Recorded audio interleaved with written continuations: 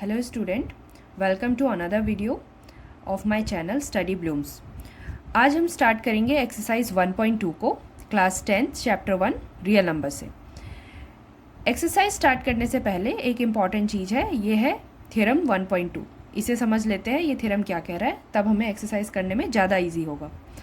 तो थ्योरम ऐसा है, let p be a prime number and if p divides a square then p divides a where a is a positive integer.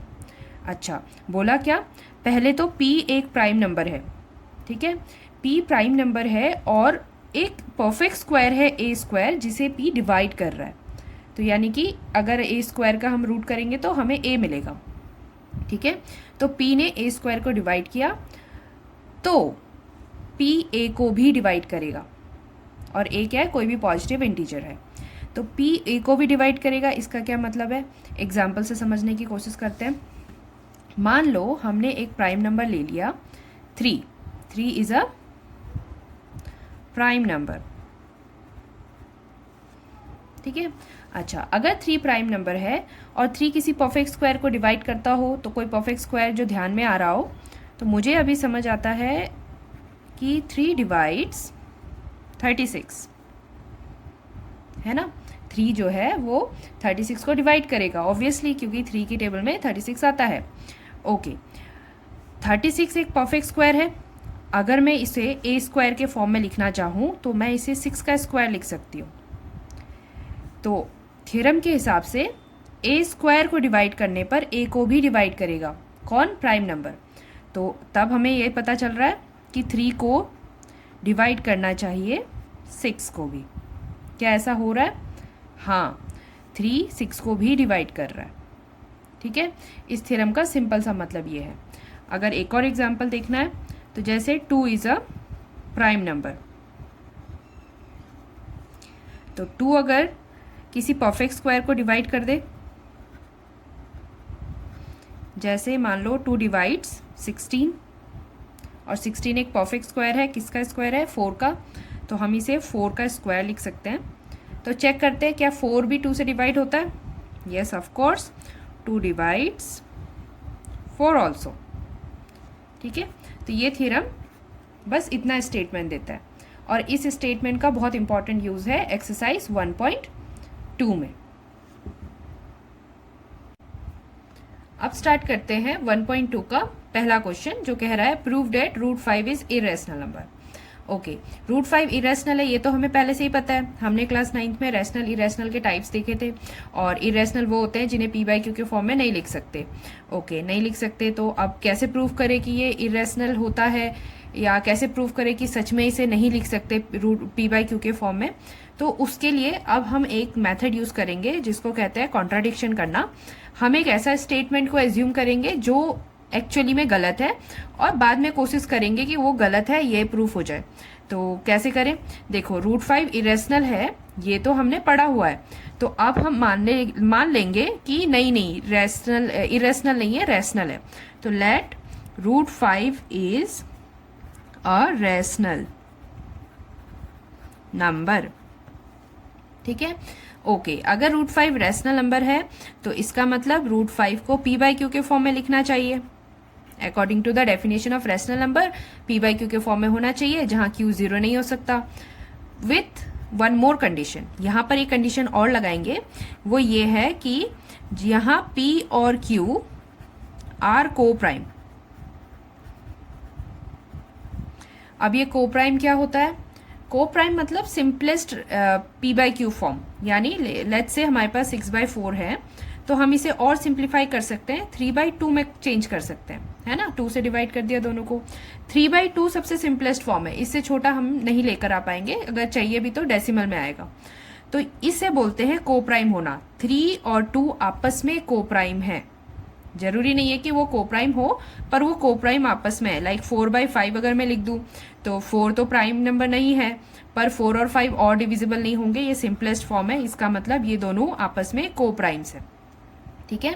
तो यहाँ पर root 5 equals to p/q where p and q are coprime, ये हमारी पहली condition थी। Okay, अब आगे क्या करें, क्या दिखता है, देखो q यहाँ डिवीजन में है, हम उसको अगर रूट 5 के साथ मल्टीप्लाई कर ले, एक स्टेप आगे बढ़ सकते हैं ना। This happened. अब क्या हो सकता है, √5 और q इक्वल्स टू p है, कुछ करके अगर हम √5 का रूट हटा दें तो उसके लिए हमें एक मेथड है स्क्वायरिंग बोथ साइड करना, स्क्वायरिंग बोथ साइड्स। तो दोनों तरफ स्क्वायर करोगे तो तुम्हें मिलेगा √5q का whole square equals to p का होल स्क्वायर। ओके, √5 का स्क्वायर क्या होता है, √5 का स्क्वायर मतलब कि √5 इंटू √5 किया गया है, तो इसका मतलब हो जाएगा √25 हो गया, 5 इंटू 5 25, और 25 परफेक्ट स्क्वायर होता है 5 के लिए। तो अब से ध्यान रखना, जब भी हम रूट मल्टीप्लाई करते हैं तो फिर रूट के अंदर जो वैल्यू है वो निकल जाता है। लाइक अगर हम लोग √3 इंटू √3 करेंगे तो वो 3 हो जाएगा, √2 इंटू √2 करेंगे तो वो 2 हो जाएगा। ठीक है, तो इस चीज को अब हमें समझ आ जाना चाहिए क्लास 10th में। ओके, √5q स्क्वायर बन गया 5q का स्क्वायर, q पे तो स्क्वायर लगेगा ही ना, दोनों का स्क्वायर था, और is equals to p square. ठीक है, ये जो स्टेटमेंट आया यहाँ पे 5 इंटू समथिंग p स्क्वायर बन रहा है, यानी कि 5 एक फैक्टर है p स्क्वायर का। तो हम लिख सकते हैं this implies date 5 is a factor of p square. Okay, अगर 5 p स्क्वायर का फैक्टर है तो फिर जो थ्योरम हमने शुरू में देखा था, देखो भाई उससे मिलता जुलता कुछ दिख रहा है। उसने कहा था p is a prime number. Okay, 5 भी प्राइम नंबर है। p डिवाइड्स a स्क्वायर, 5 ने भी p स्क्वायर को डिवाइड किया अभी अभी। 5 is a factor of p square, मतलब it can divide p square, वो p स्क्वायर को डिवाइड कर सकेगा। तब उसने कहा था कि p तब a को भी डिवाइड करेगा, मतलब जो स्क्वायर में है उसका सिंगल नंबर को। तो अभी हम यहाँ पर भी देख रहे हैं कि 5 जो है वो p स्क्वायर को डिवाइड कर रहा है, तो 5 p को भी डिवाइड कर सकता है, यानी कि 5 is also a factor of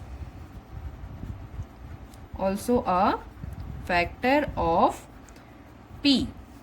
ठीक है, इसी स्टेटमेंट के लिए हमने थ्योरम पहले पढ़ा था। ओके, फैक्टर है तो अब आगे क्या कर सकते हैं, फैक्टर है तो something multiply by 5 will be equals to p। तो और प्रॉपर लिखना है तो हम इसे लिख सकते हैं 5 इंटू r, है ना। 5 फैक्टर है अगर p का, तो 5 इंटू समथिंग p बनेगा। ऑलराइट, अब क्या करना है, this is equation 1, this is equation 2। मैं कोशिश करूंगी इक्वेशन 2 की जो वैल्यू है p की उसे इक्वेशन 1 में पुट करूं, देखते हैं क्या मिलता है। तो अब हम लिखेंगे now putting equation 2 in equation 1। तो इक्वेशन 2 को इक्वेशन 1 में डाला, तब हमें क्या मिल रहा है, वहां था 5q का स्क्वायर इक्वल्स टू p का स्क्वायर। ठीक है, p की जगह 5r डालना है, तो हमने डाल दिया ब्रैकेट में 5r, बाहर से स्क्वायर, एंड यहाँ है हमारे पास 5 इंटू क्यू का स्क्वायर ऑलरेडी। ठीक है, अब क्या करें आगे, देखो 5q का स्क्वायर इक्वल्स टू 5r का होल स्क्वायर है, तो ये होल स्क्वायर खुलेगा, इसे खोल सकते हो। 5 का स्क्वायर 25 होता है और r का स्क्वायर r ही रहता है, r स्क्वायर। अगेन अब कुछ और कर सकते हैं क्या, हाँ, q स्क्वायर को अगर मैं अकेले रख दूं और 5 इधर आकर के डिवाइड कर दे 25 को, तो हमें मिल जाएगा 5r स्क्वायर। ठीक है, फिर से हमारा एक इक्वेशन बन गया, जैसे इक्वेशन 1 बना था, इक्वेशन 1 में p square equals to 5 into q square था, वैसे ही अब इस जगह हमें मिला है q square equals to 5 into r square. तो क्या करें इसका, हम फिर से मानेंगे therefore 5 is a factor of q square, same, और वही सेम थ्योरम के हिसाब से 5 is also a factor of q। ठीक है, q स्क्वायर को 5r स्क्वायर लिख सकते थे, तो 5q स्क्वायर का फैक्टर हुआ, और थ्योरम जो हमने अभी अभी देखा है, सेम थ्योरम, p अगर प्राइम नंबर है, p अगर प्राइम नंबर है और p a स्क्वायर को डिवाइड करता है, तो p a को भी डिवाइड कर रहा है, ए स्क्वायर का ध्यान रखना, ए स्क्वायर की जगह अभी यहाँ पे क्यू स्क्वायर है, तो 5 एक फैक्टर है जो क्यू स्क्वायर को डिवाइड कर सकता है, तो 5 एक फैक्टर है जो क्यू को भी डिवाइड कर सकता है।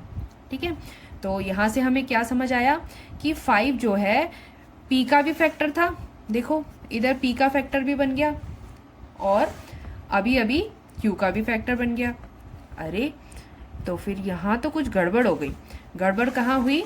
जो हमने पहले माना था कि p और q को को प्राइम होना चाहिए, उनके बीच में कोई कॉमन फैक्टर नहीं होना चाहिए। तो अगर ये चीज़ गड़बड़ हुई है तो जो भी हमने स्टेटमेंट एज्यूम किया था वो गलत हो गया। तो हम अब लिखेंगे, तो अब हम लिख सकते हैं कि here 5 is a common factor of p and q। 5 अगर कॉमन फैक्टर है p और q का, तो जो हमने एज्यूम किया था वो गलत हो गया। तो it is a contradiction to the fact that P and Q are co-prime। ठीक है, तो कॉन्ट्राडिक्शन गलत साबित हो गया है, और मतलब जो भी हमारा फैक्ट था वो कॉन्ट्राडिक्ट हो गया, गलत साबित हो गया है, और P और Q को प्राइम होने चाहिए थे जो कि नहीं बन रहे हैं। तो अगर हमारा जो स्टेटमेंट शुरू में माना गया था वो नहीं साबित हो पाया, तो इसका मतलब जो भी हमने एज्यूम किया वो गलत है। Therefore our assumption is wrong। And then finally हमको बोलना पड़ेगा, अच्छा तो अगर ये रैशनल नहीं है तो इरेशनल है। Irrational number, that's it. ये हो गया question number 1। Next question number 2 कह रहा है prove date 3 + 2√5 is irrational. Okay, √5 तो हमने अभी अभी इरेशनल किया, वैसे ही सेम प्रोसेस से हम √2 √3 को भी कर सकते हैं, लेकिन यहाँ तो ये तो एक एक्सप्रेशन है 3 + 2√5। अब इसको कैसे प्रूव करें इरेशनल? तो ये ज़्यादा इजी है। हमने जो √5 को प्रूव किया इरेशनल वो थोड़ी लंबी थी, पर ये ज़्यादा सिंपल है, ज़्यादा इजी है। कैसे? चलो देखते हैं। सबसे पहले वही करेंगे, कॉन्ट्राडिक्शन वाला मेथड यूज़ कर रहे हैं, तो हमने ले लिया late 3 + 2√5 is a rational number। ठीक है, अगर ये रैशनल नंबर है तो फिर p/q के फॉर्म में लिख सकते हैं,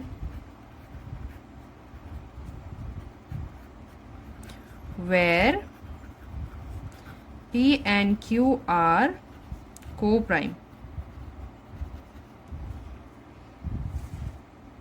ठीक, ओके। फिर क्या करें? अभी q उस तरफ नहीं भेजेंगे, इधर से नंबर्स को शिफ्ट करने की कोशिश करेंगे ताकि √5 हम यहाँ सिंगल कर दें। तो पहले 3 को भेज दो, तो यहाँ पर आ जाएगा 2√5 = p/q - 3। ओके, 3 है तो 3 का हम सिंप्लीफाई कर सकते हैं, इसे multiply by q, denominator same हो गया। तो this is p - 3q whole divided by q। ये है हमारे पास 2√5 का वैल्यू। अब √5 को अकेले छोड़ना है, तो जो उसके साथ मल्टीप्लाई में 2 है उसे इस तरफ डिवाइड में ले आओ, 3q/2q। ओके, तो अब ये जो हमें टर्म मिला या ये जो हमारा एक्सप्रेशन या इक्वेशन आया है, ये कुछ बता रहा है। एक तरफ √5 है, दूसरी तरफ some number in the numerator and some number in the denominator. अरे ये तो रैशनल नंबर लग रहा है, पर √5 तो हमें अभी अभी पता चला था कि इरेशनल होता है, तो यानी ये स्टेटमेंट जो है गलत हो गई। तो अगर ये स्टेटमेंट गलत है तो जो हमने एज्यूम किया वो गलत है, और जो हम छोड़ कर आए कि वो इरेशनल होगा या नहीं वो सही हो गया कि वो इरेशनल है। कैसे लिखेंगे? ओके, तो स्टेटमेंट को इस तरह से ख़त्म करते हैं कि since p - 3q/2q which is equals to √5 is a rational number। ठीक है, and therefore √5 is also a rational number, उसके बराबर हो गया है भाई। लेकिन हमको पता है, but it is a contradiction to the fact that root 5 is irrational. तो इसने किस चीज़ को कॉन्ट्राडिक्ट किया? इस फैक्ट को कॉन्ट्राडिक्ट किया कि रूट 5 जो है वो इरेशनल होता है। तो हमारा जो भी एजम्पशन था, जहाँ से हमने सवाल शुरू किया था, जो कि ये था कि 3 + 2 √5 जो है वो एक इरेशनल नंबर है, ये एजम्पशन हमारा गलत हो गया। ठीक है, therefore our assumption is wrong and this implies that 3 + 2 √5 is an irrational number. ये हो गया क्वेश्चन नंबर 2। अब करते हैं क्वेश्चन नंबर 3।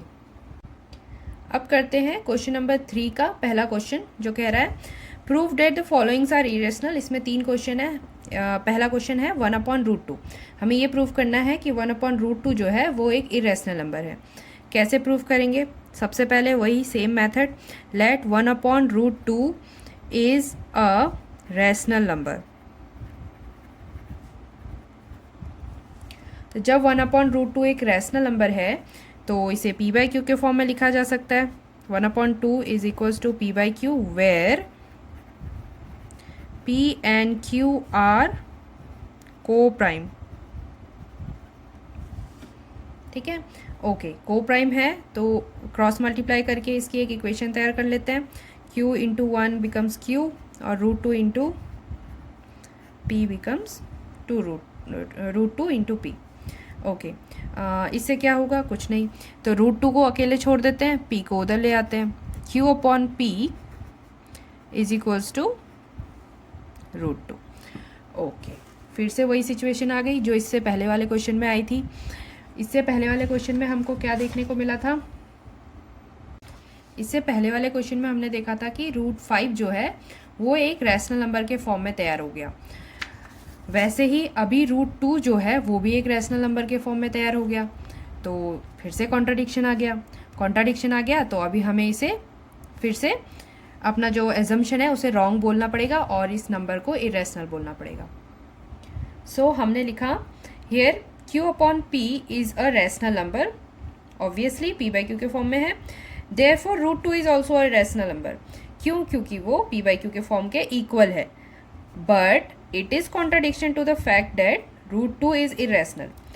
ये क्या गलत हो गया? यहाँ पर क्या गलती हो रही है कि √2 जो है वो ऑलरेडी इरेशनल नंबर है, पर ये जो इक्वेशन है ये रैशनल नंबर दर्शा रहा है। जब ऐसा होता है इसका मतलब जो हम एज्यूम करके आ रहे थे वो रॉन्ग है, वो गलत है। और हमारा एजम्पशन क्या था कि 1/√2 इज़ अ रैशनल नंबर। हमने ये मान लिया था कि 1/√2 एक रैशनल नंबर है। तो जैसे ही हमारा एजम्पशन गलत हुआ तो हम कहेंगे कि 1/√2 is irrational number and question हो गया सॉल्व। अब करेंगे अगला क्वेश्चन। अब करते हैं क्वेश्चन नंबर 3 का सेकंड बी पार्ट, जो है हमें प्रूफ करना है 7√5 is irrational number. Again same process है, let 7√5 is a rational number. क्या किया? 7√5 को रैशनल मान लिया, जबकि प्रूफ क्या करना है? इरेशनल प्रूफ करना है। तो अब क्या होगा? वही होगा, रैशनल नंबर है तो p/q के फॉर्म में लिखेंगे और ये भी मान लेंगे कि यहाँ p and q are coprime. ठीक है, okay, p and q coprime है। फिर क्या होगा? वही चीज़, √5 इज इक्वल्स टू 7, वहाँ से इस तरफ आ गया p/7q। ओ वाओ, ये तो और सिंपल तरीके से हो गया। इसके आगे तो हमें ये पता है कि √5 इरेशनल है, पर यहाँ एक रैशनल नंबर के फॉर्म में आ गया। तो फिर से हम स्टेटमेंट देंगे और अपना प्रूफ को कंप्लीट करेंगे। ओके, तो अब हम स्टेटमेंट में क्या लिख सकते हैं कि p/7q एक रैशनल नंबर बन रहा है। इसका मतलब therefore √5 is also a rational number, लेकिन it is a contradiction, but लिखेंगे but it is a contradiction to the fact that √5 is irrational. क्या हो गया? ये गलत साबित हो गया इस बात के लिए कि √5 तो इरेशनल होना चाहिए। अब एक नंबर ना या तो रैशनल होता है या तो इरेशनल होता है, तो रैशनल तो √5 है नहीं, पर प्रूफ हो गया। इसका मतलब जो भी हमने एज्यूम किया था ऊपर वो गलत एज्यूम किया था। तो हम कह सकते हैं कि 7√5 इज़ इरेशनल नंबर। ओके, तो इस तरह से हमारे सारे क्वेश्चंस हो गए। एक लास्ट क्वेश्चन बचा है, क्वेश्चन नंबर 3 का सी।